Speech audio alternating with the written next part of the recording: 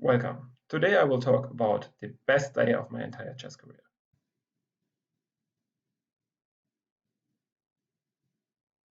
So this happened during the Ordix Open, and the Ordix Open was part of a series of tournaments in Mainz organized by Hans-Walter Schmidt. So basically on the first 3 days there was a Chess 960 tournament where we had also very strong participants. And then on Saturday and Sunday, the last 2 days, there was a huge open tournament in rapid chess. Next to that, every evening you could watch the top players battle it out with each other in specific tournaments designed for them. So there was one Chess 960, which they call Chess 960 World Championship, and there was another match which was classical chess. So for instance, the likes of Anand and Aronian played in these matches. Well, today's game, which I will analyze, was taken from this Ordix Open, and I played it against the Ukrainian Grandmaster Ordix Volokitin.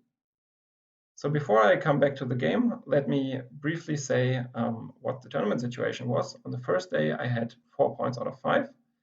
And then on the second day, I won my first game against a German international master. Apparently, some people who kind of watched the game told me afterwards that multiple times my time ran down to 1 second, and I didn't realize that. So actually it was quite lucky that I managed to have this beautiful success in the remaining games.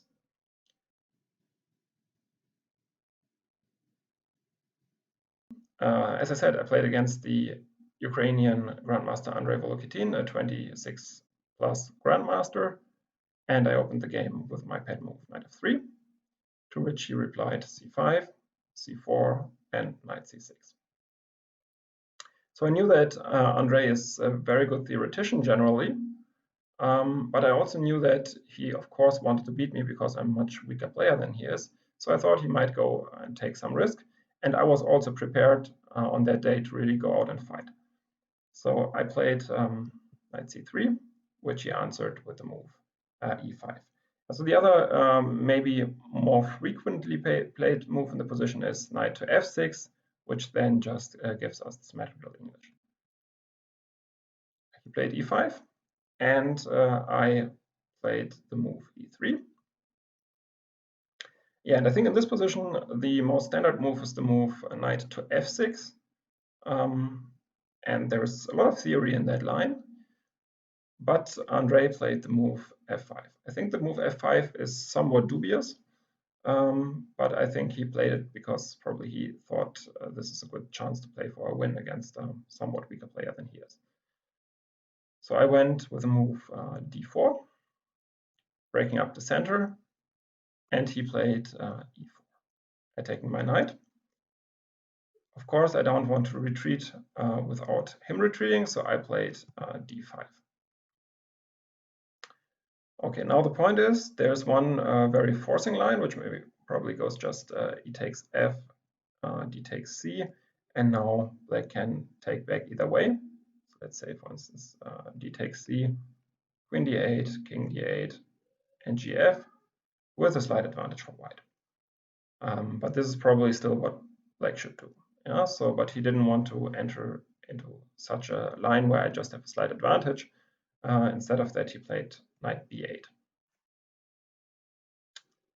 Okay, so now I have some kind of lead in development, as you can see. So I have already both of my knights developed, whereas he still has all of his pieces on his back rank.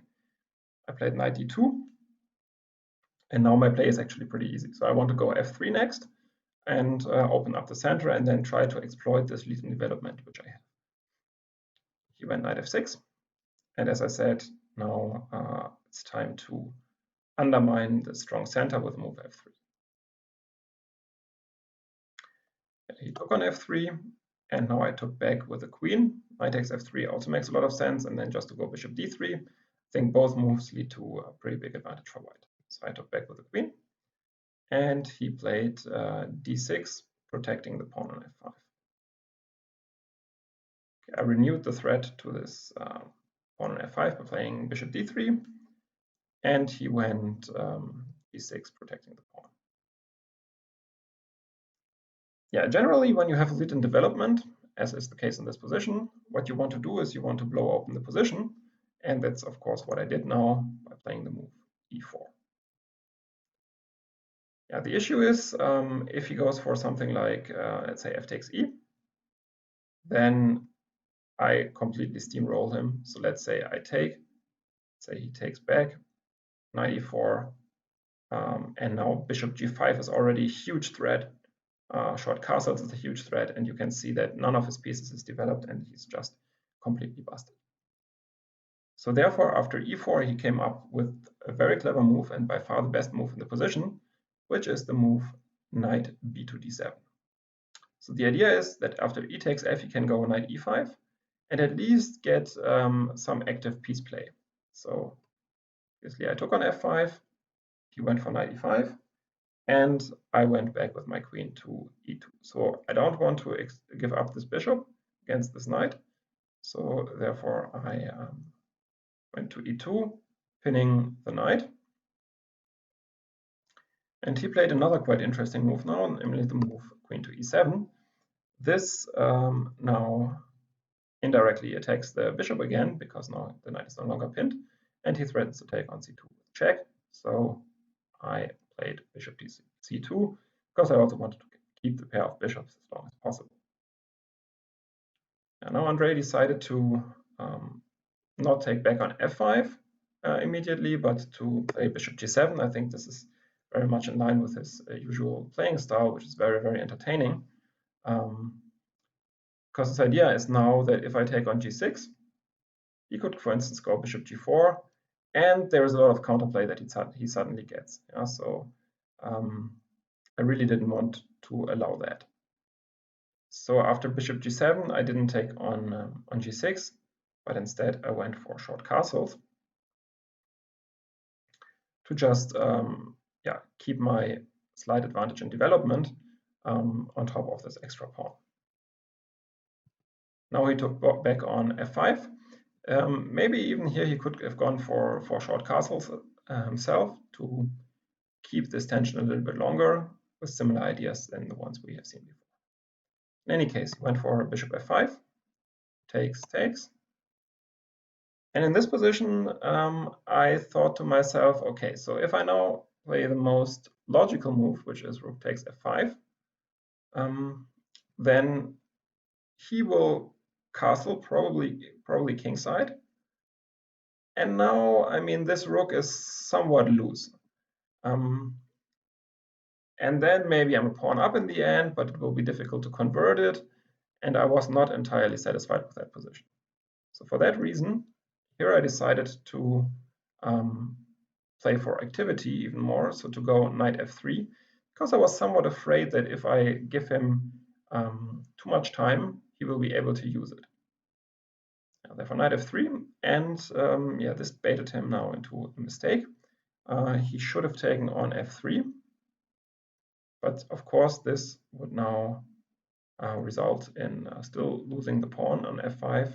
So for instance, let's say castles, and now probably I can even go bishop g5 or something, but I can also just take on f5, and I'm just a pawn up without that much counterplay.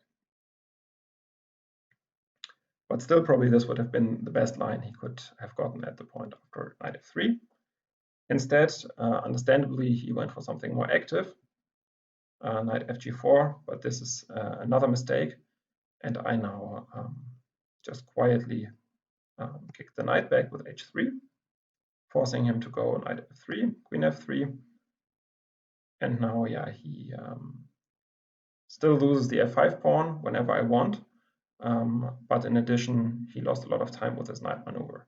So it now went bishop d4 check, king h1, but nothing really threatens here. So let's say if he goes knight e5, I can just take on f5, and so if he wants to go rook f8, I don't even have to exchange like on f8 right now, but I can just go queen h5 followed by bishop h6, and white is completely winning. So therefore, after king h1, he decided to go queen h4. But yeah, this is now way too much because his king is of course much more vulnerable than my king in this position. My king is still shielded and his king is still completely unprotected in the middle of the board. So I just went for queen takes a5. He gave a check on f2, but I can just chop that off and I now get just a winning attack. So he played bishop takes f2. If he goes queen f2, I could play queen e6 check. If he goes king f8, let's say I can go bishop h6, bishop g7, and now for instance knight e4, queen f7, and yeah, I don't even have to take immediately. I can also take on d6 just, and yeah, now I'm already material up and have a devastating attack to his king. So this position is also just resignable.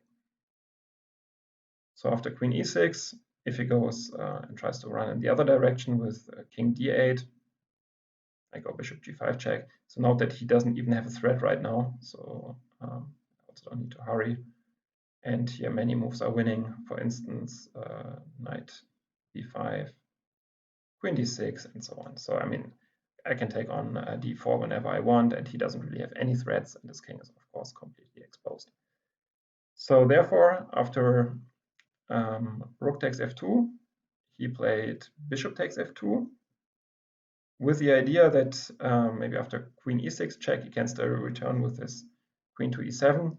But now I'm cutting the queen in a different way by just going bishop g5.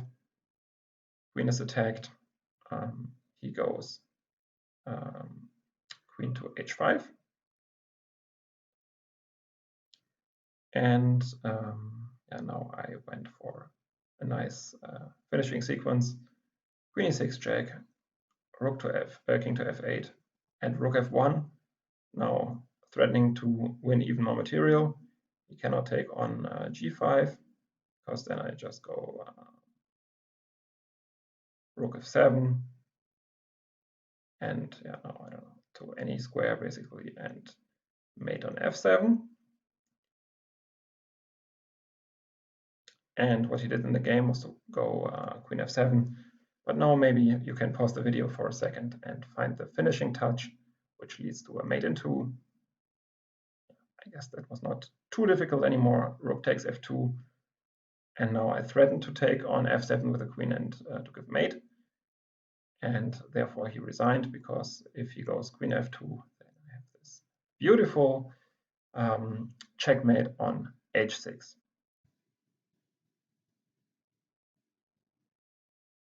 After that game, I went on to play a few more very good games. So actually, I even don't think that this was my best game of the day, to be honest. So I managed to beat, for instance, Arkady Naiditsch with the black pieces in a very long grinding game in the Ruy Lopez. And so now let's have a look at the final standings of the tournament. So as you can see from the final standings, David Navarra won the tournament with a score of 9.5 out of 11. Note that I finished on 9 out of 11, just half a point behind Navarra. And so I finished 4th ex equo, and in terms of Buchholz in the end I was 12th. But if you take a look at the first 15 players in this tournament, you can immediately see that there is one player who doesn't belong in that list by playing strength, and that's quite obviously me. So there was even one fun incident which further illustrates that point, and this was at the prize giving. So at the prize giving, players were asked to come to stage in reverse order of their ranking. So before I entered the stage, there was Sergei Karyakin, Vasily Ivanchuk, and Igor Henkin, who already were on stage at that point. And when I entered, I think that Vasily Ivanchuk asked Henkin in Russian, okay, so who is that guy? I've never seen him, or something like that. And Henkin then said it's Seel, because he's also German, and he knew me from some other tournaments. But it's kind of illustrated that it was kind of alien to them to see me on that stage.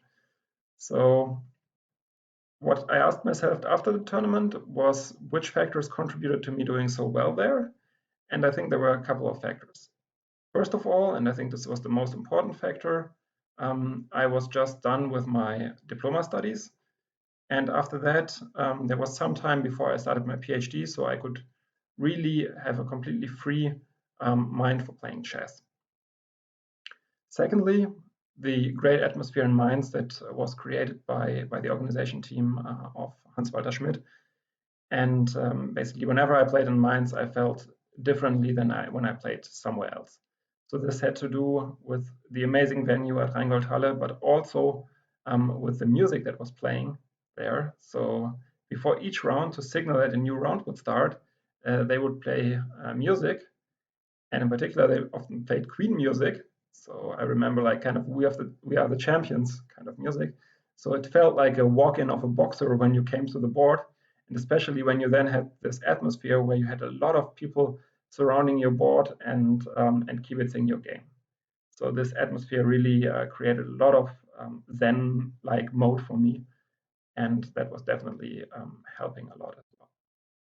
Finally, of course, there's a luck component. I already mentioned that in the beginning of the day I was lucky to win the first game, and only then this amazing streak of games could come to fruition. At the end, in the second day, and this was the day I was talking about in the video, I had a performance of almost 2,900 ELO, finishing with 5 out of 6. And yeah, I can just say this is the best chess day of my life. Thanks a lot for watching, and I hope to see you soon. Bye-bye. When you have stress, play chess. When you fall on your ass, play chess for a real deal, for Christian seal.